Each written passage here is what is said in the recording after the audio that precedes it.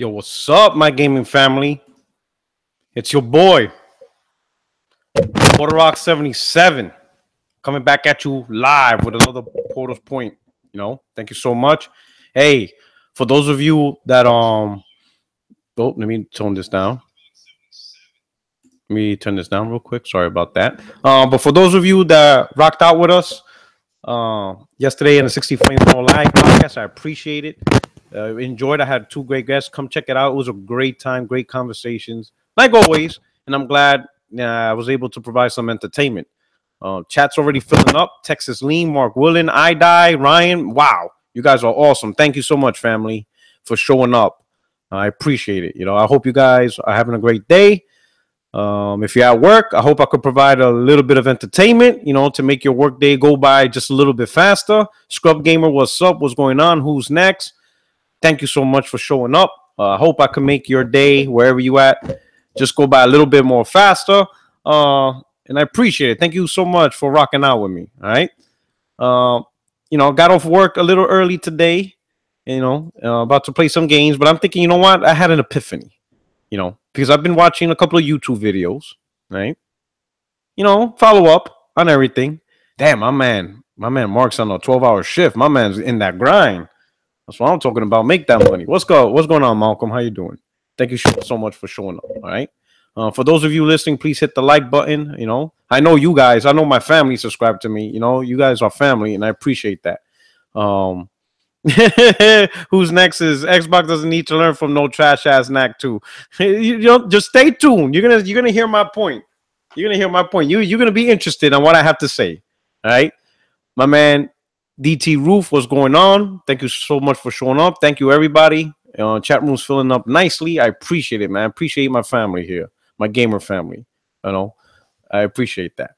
But I had an epiphany, I was just thinking, watching YouTube videos of various flavors, watching, I'm subscribed to certain YouTube content creators, and just listening to what they say from various platforms, PC, Nintendo, and I listened to it. So this was specifically to the Xbox YouTube content creators and the fans and following. All right. There's these huge videos arguing, with PC gaming, and it always happens. Every platform, we all argue, we do our fanboy stuff and whatever. But listening to them, I don't know. It's not so much about Fame. My man Will saying it's coming from Fame's thing. I haven't read anything on Fame yet. But just in a general sense, hear me out real quick. All right? All right? Just hear me out. The pro Xbox One X supporters, those who are down with the One X, are acting like being attacked by PC is the first time ever, when in reality, every console fanboys, whatever, supporters always get attacked by PC. I remember PC gamers have been consistently saying they could build a better PC with the console that's out at that current generation. Doesn't really matter what generation it is. They could build a better PC than a PS2, than a PS3, than a 360, so on and so on. They will always been that way. This is not a new thing. When this generation started, and I went through this, this is before I had a YouTube channel, but I was still on YouTube. I just never had a channel, So I was always in the comment boxes. I was in the forums, things like that, right? Okay.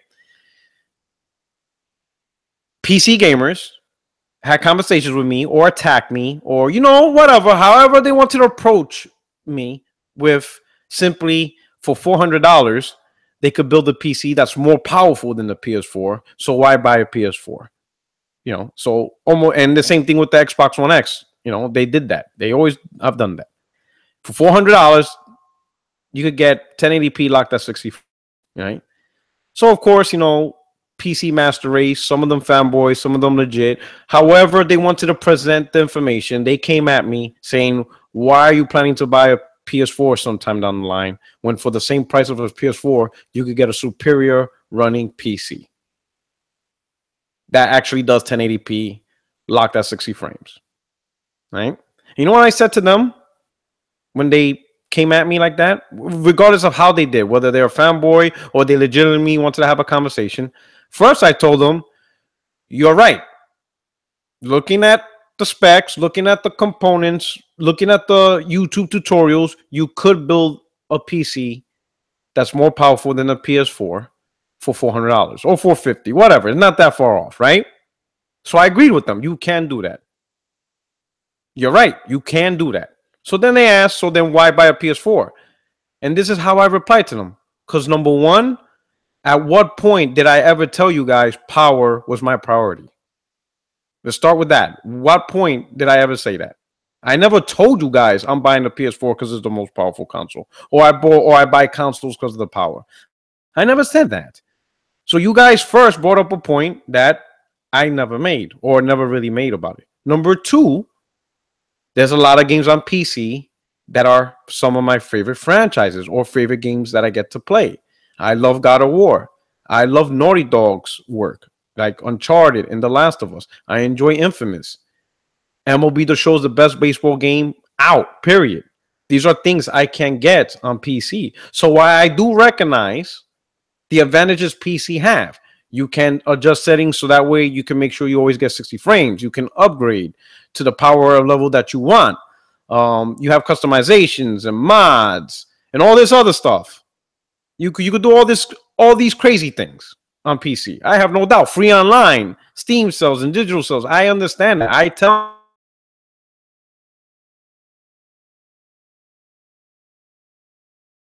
thing, at least the games. Talk about you can, adjust settings so you could play games at 60 frames. It's because the game you want to play is 60 frames, specifically being a game you actually want to play. All these digital sales and deals are pertaining to games. Everything's pertaining to games. But what if the platform doesn't have the games, a lot of the games that you want to play? Then it doesn't matter what you can do with that platform. It doesn't matter that you can adjust settings for lock 60 games. You can't adjust settings on a game that doesn't exist on the platform. Like you can't play the next God of War at a lock 60 frames on PC. It doesn't exist. I can't buy a GPU to run Spider-Man in 4K on PC. It doesn't, you know what I'm saying? Those things don't exist on the platform, So I do recognize that. So what I'm trying to tell you, Xbox dudes, is you're arguing power against a platform that cannot lose. The Xbox One X cannot be a PC in performance and power. That's just the reality. What's up, Hellspawn? What's up, Texas Lean? Everybody else, it's just not going to work. So there's no point. You're going to spend weeks, months, maybe over the next 2 years arguing with PC gamers for no reason. When they tell you they could build a PC for $500-$600 more powerful than the Xbox One X, or that their rigs is more powerful and actually does 4K across all games, just tell them, cool. No problem. Fine. There you go. Enjoy. What does that have to do with me? If you want to play on Xbox, just play on Xbox One X. But don't don't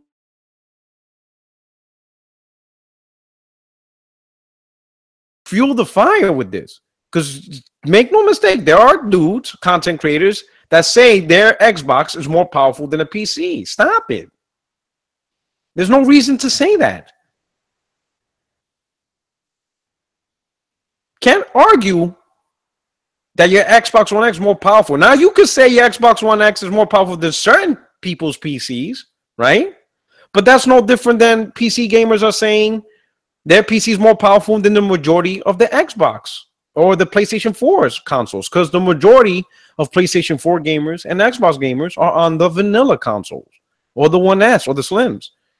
The majority of Xbox gamers and the majority of PlayStation gamers aren't playing the very best versions of multi-platform games. They're on the lower end consoles.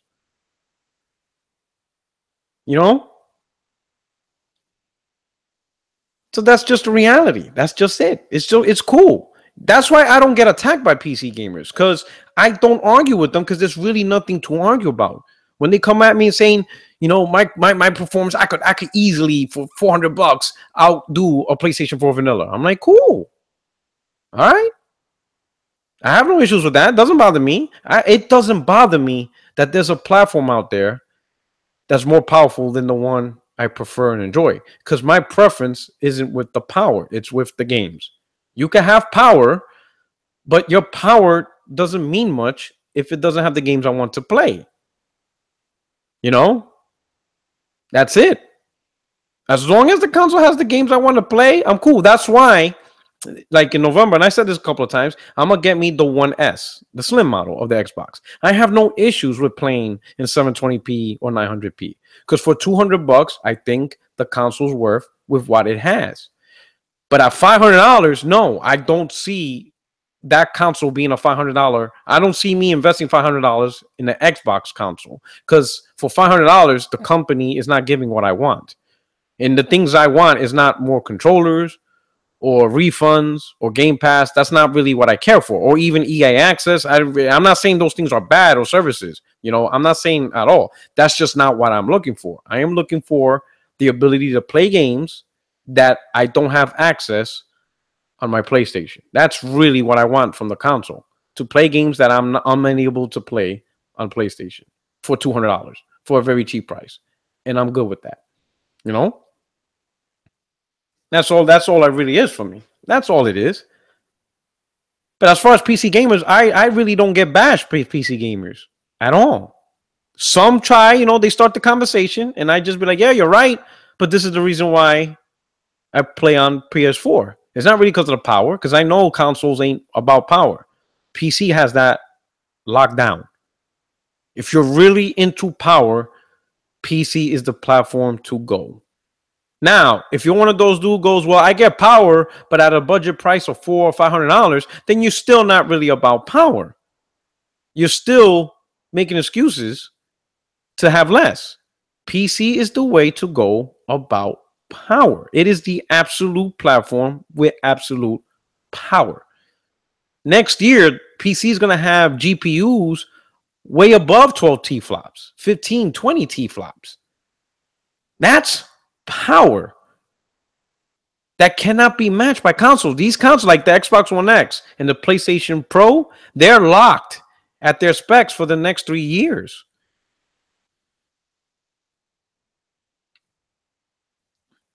My man Ryan says, if a platform is attractive, you can buy it. Platforms are not earned ranks. They're product. Exactly. It's just a product. If you like it, buy it. But if your reason for gaming or something is for something specific, then don't half-ass your decision. If you really want power in the very best multi-plats, PC is the way to go. That's if you absolutely want it. Okay? That's just the ultimate truth. You can't beat that platform. Like right now, they have a 10 teraflop GPU for $399. It's there now. It's already out. Next year, you're talking 20 T-flops of GPU performance. You can't match the platform. While the PlayStation Pro and the One X are locked. The Pro is stuck at 4.2 and the One X is stuck at 6. That's it. That's all you're going to get. If you want more, you're going to have to wait at least 3 years before you see better improved consoles. While PC gaming, they could improve next year. Now, of course, not a lot of PC gamers have these super high-end rigs, these 4K cards and stuff like that, you know. But that's an irrelevant point. The point is you're able to do it. If you want a powerful rig, you can do it. It's just whether you want to, is whether, how much heart are you really into this? Are you really about the better version of multiplats? Are you really about the most power? If you are, the platform is there for you to take advantage of that. And it doesn't slow down. Like you could buy a PC right now and you get a high-end 4K rigs with 10 T-flops, 12 T-flops. And a year later, boom, 20 T-flops. You could go maxed out on power as much as you want if that's what you're about, you know? Me personally, I was never about the power. That's just me. That's why, like, you look at my channel, comments, Twitter timelines going way back, I didn't bash the Xbox One because of 720p, 900p, whatever. I always thought that was a pretty dumb point. I mean, I understand the backlash behind it. I understood. All right. I understood the backlash behind it. And the backlash behind it was Microsoft was selling at the time when the console generation started for the first year or whatever, they were selling you a $500 product, but didn't deliver $500 performance. That's the issue. That's why this whole power thing became huge. It would be like Toyota selling the Corolla at the price of $80,000, which would be the price of a high-end Beamer or something. Like, no, you have to appropriately price the product based on what it can do. And that's why this whole power thing came. A $500 console,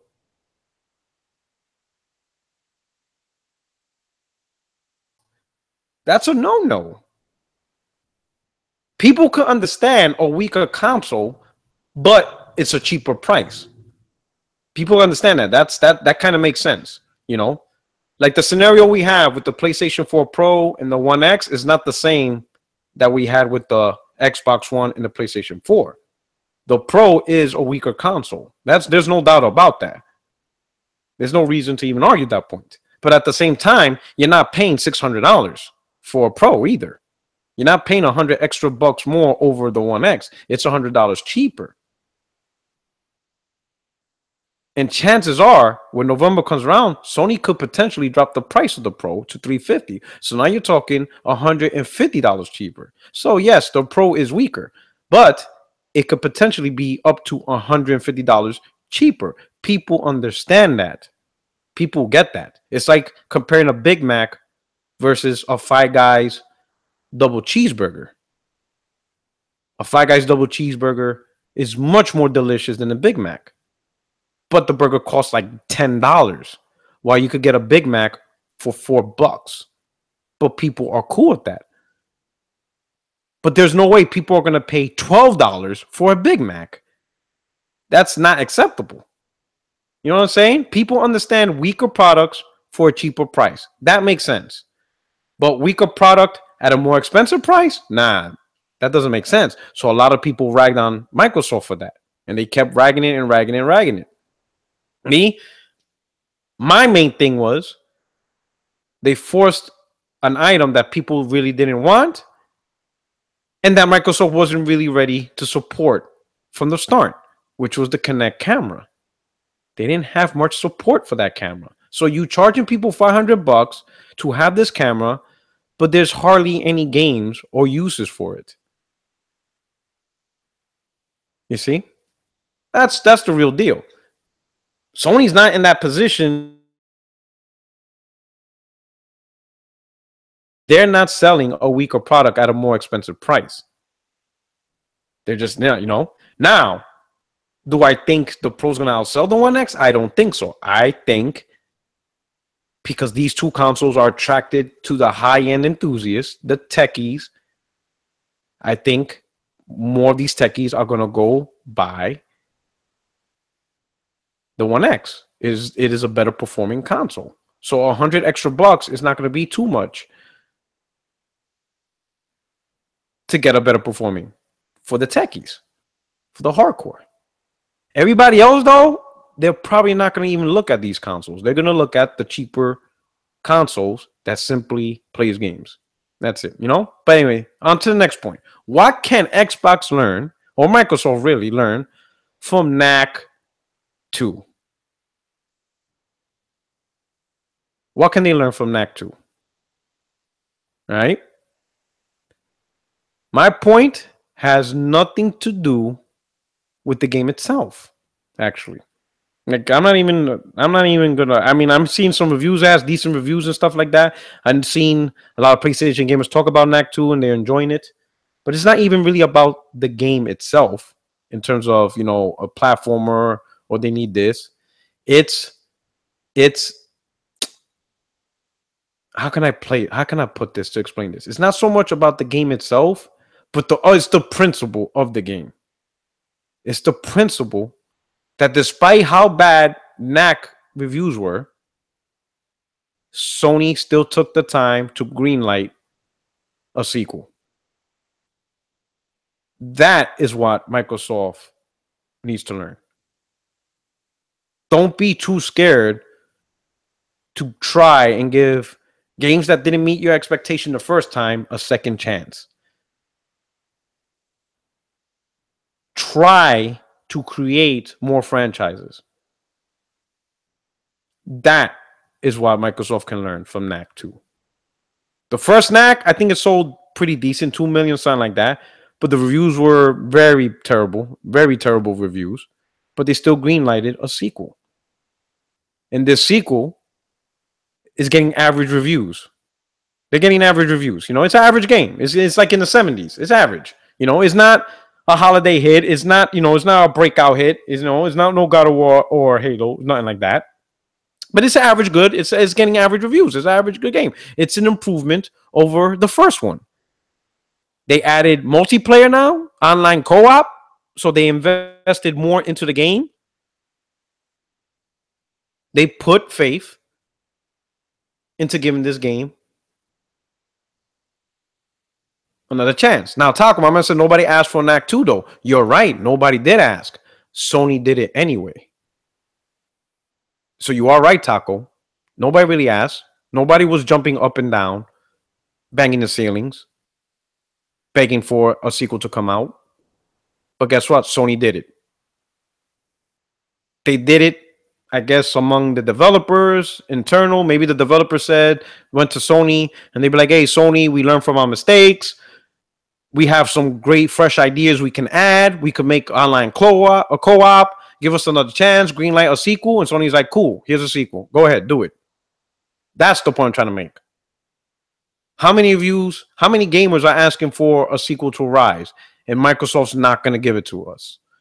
How many people are asking for a sequel to Sunset Overdrive, and they're not going to give it to us? This is what I'm talking. This is what I'm talking about, what Microsoft can learn from Knack 2. Without even gamers asking for this game, they got released. Taco says Sony Japan Studio should have focused on something else like Bloodborne 2, for fuck's sake. Hey, here's the thing you don't know about Taco. I mean, this is one thing you don't know about Taco. They have the size of Sony Japan Studios is big enough to handle multiple projects. And supposedly, they're not working on a sequel to Bloodborne 2, but they're working on a new IP with From Software. So they're still making games. Knack 2 didn't hold up development of other games being made. And this is what Microsoft can learn. Multitask. Build your studios where you can handle multiple projects. But more importantly, don't shut out first attempts from games. Give a game a second attempt. Improve on it. Get better ideas, things like that. Maybe, for example, let's say Quantum Break. Maybe add on the sequel co-op to Quantum Break. You know, because the Xbox community is huge on co-op and online multiplayer. So maybe releasing Quantum Break as a single-player only game was a mistake. Maybe it was a mistake. Maybe that was, you know, besides the graphics and all that, maybe another thing that hit, and this is what I personally believe, was the fact that the game didn't have a multiplayer component for a community that is huge on multiplayer. So maybe the sequel add that multiplayer component. Maybe 2-player, 3-player co-op. Add a story where now you have co-op within the game. You see what I'm saying? Expand on it. Create your franchises. Give games a second chance. You know? A lot of gamers are asking for Rise. A lot of gamers are asking for Sunset Overdrive. A lot of gamers are asking for Quantum Break. And what I mean by a lot is this: it's enough to make noise. You know? Much more noise has been made for sequels of Rise, Sunset Overdrive, Quantum Break to be made than there was noise about a sequel to Knack being made. You know? Yet it's not coming. Microsoft, for whatever reason, they're not wheeling and dealing to get this done. Maybe because those games didn't meet their expectations. Maybe they expected more. That's my feeling. I have a feeling these games didn't meet the expectations in terms of sales and whatever. They need to learn to give IPs a second chance and allow the developer to improve on it, to learn from the first one.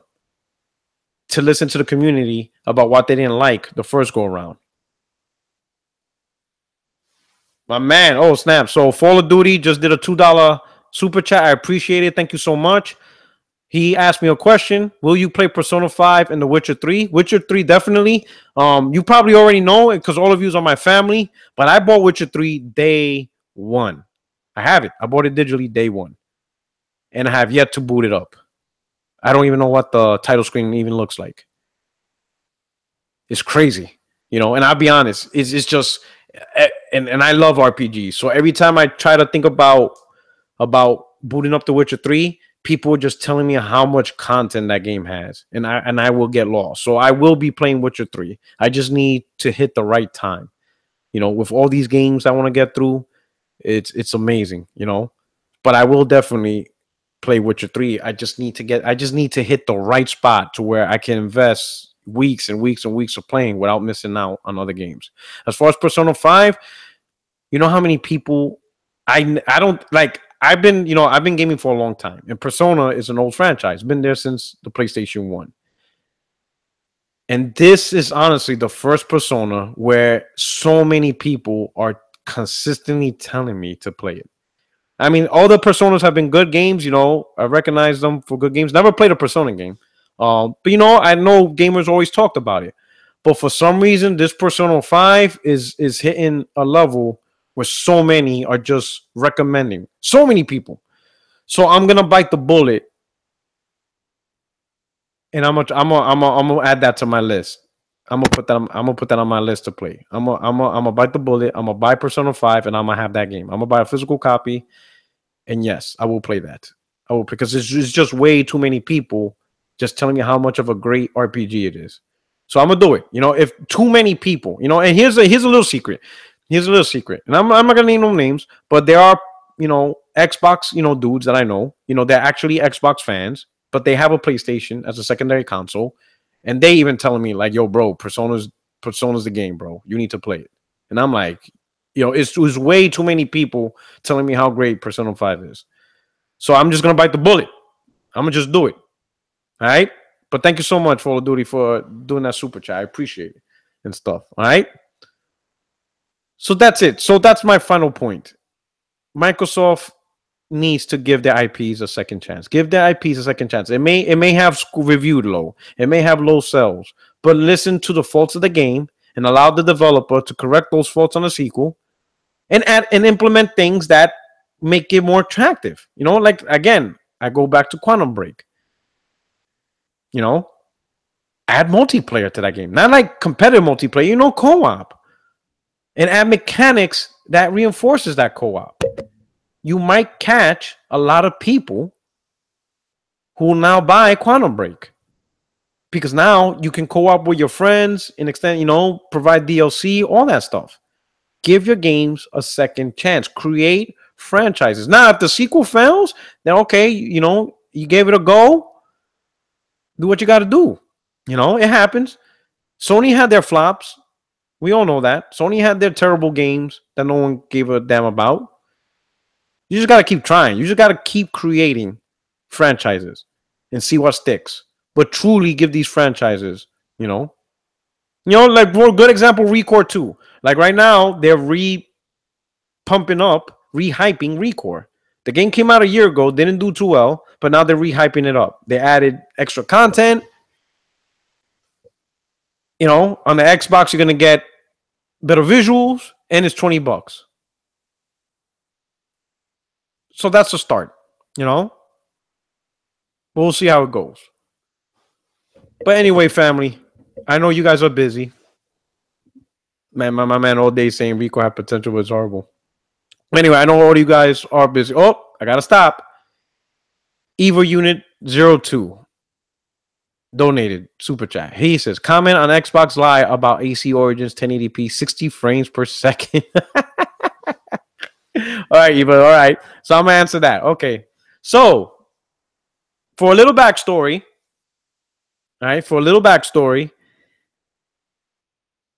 about a week ago, right? No, in fact, it was last week. Anyway, D Batch, you know, D the tech guy. All right, he's on the multiplayer podcast with us. I guess he provided like a tweet or something that got caught eye of the media saying that developers were in talk of trying to provide a 1080p 60 frame mode for Assassin's Creed Origins on the Xbox One X. All right. Okay. So what's my opinion on that? Some people say D lied or whatever. This is what I think. I don't think D is a liar per se, because I've been on a podcast. Yes, he is a pro Xbox dude, but there were times he kept it real. When he saw BS, he called it out. I think what happened was he was at this event in Toronto. Maybe it's a PAX or something similar to a PAX, and Assassin's Creed was there, and he asked a question that he could probably, he probably asked one of the developers, and he asked the developers a question, learned some stuff, and he was told by this developer that they're working on a 1080p 60 frame mode for Xbox One X, and D repeated it. The question is, the guy he asked, how credible is the person he asked? I don't think D made it up, because then there will be no reason. I don't think he made it up, because I don't think he's going to make something up like that. Not for Assassin's Creed anyway. The only question is how credible the info he got the information from. One thing that's interesting is one of the magazine outlets, Push Square, I don't know which magazine outlets, they went to Ubisoft to get clarification on this. Obviously, in true political fashion, Ubisoft didn't confirm or deny. They're just talking about, they're trying to get the best performance that they can, yada, yada, yada, things like that, So I don't think D lied, but I think the way D presented the information, he could have worded it so that way he wouldn't get that much backlash. Like me, if I was D, I would have said, allegedly, there's potential of a 1080p 60 frame mode on One X, but it's not confirmed. It's you got to be careful how you word things, because gamers will hold your word to it. If you say something definitive, they're gonna hold you to it. So you got to be careful how you say things. Especially if your source is not reliable or you're not even sure of the source that you're using. He could have worded it just a little bit better, to where he could have just said that there's potential allegedly of this mode, but it's not confirmed. We're just going to have to see how it rolls out. And I think it would have been better received. But I think he was confident in what he said and made it seem like it was already done and it's going to happen. And then it just went downhill from there. It just went crazy and downhill from there. But that's it. I hope that answered your question and stuff. All right. So that's it. I appreciate the super chat. Thank you so much. I appreciate it, family. You guys are awesome. So anyway, I'm about to be out. About to get these games on. I know majority of you are playing that Destiny. Me, I'm gonna go on my Destiny binge tomorrow. I heard there's some Destiny issues, server issues, which I kind of figured was gonna happen. You know how many people are trying to overload those servers? It's crazy. But this weekend, I'm gonna go on my Destiny binge this weekend, and it's just gonna be crazy. But anyway, I hope you guys are enjoying whatever you're doing. If you're at work, hey, hopefully this podcast made your day go by a little bit faster. But hey, this is your boy Puerto'S 77. Thank you so much for rocking out with me. Thank you, family, for joining. Catch me later on today on the Multiplayer Podcast. And then, and catch me around on PlayStation, stuff like that. And I'll see you guys next week, 60 Frames No Lag podcast. Hope you enjoyed the one we just had. For those of you newly listening, don't forget to hit the like button. And most importantly, subscribe so you could listen to more content and you could be part of the family. But the family that's with me now, I appreciate all of you, man. You guys are so awesome. All right? Anyway, you guys take care, and I'm out. This is your boy Puerto'S 77. Peace.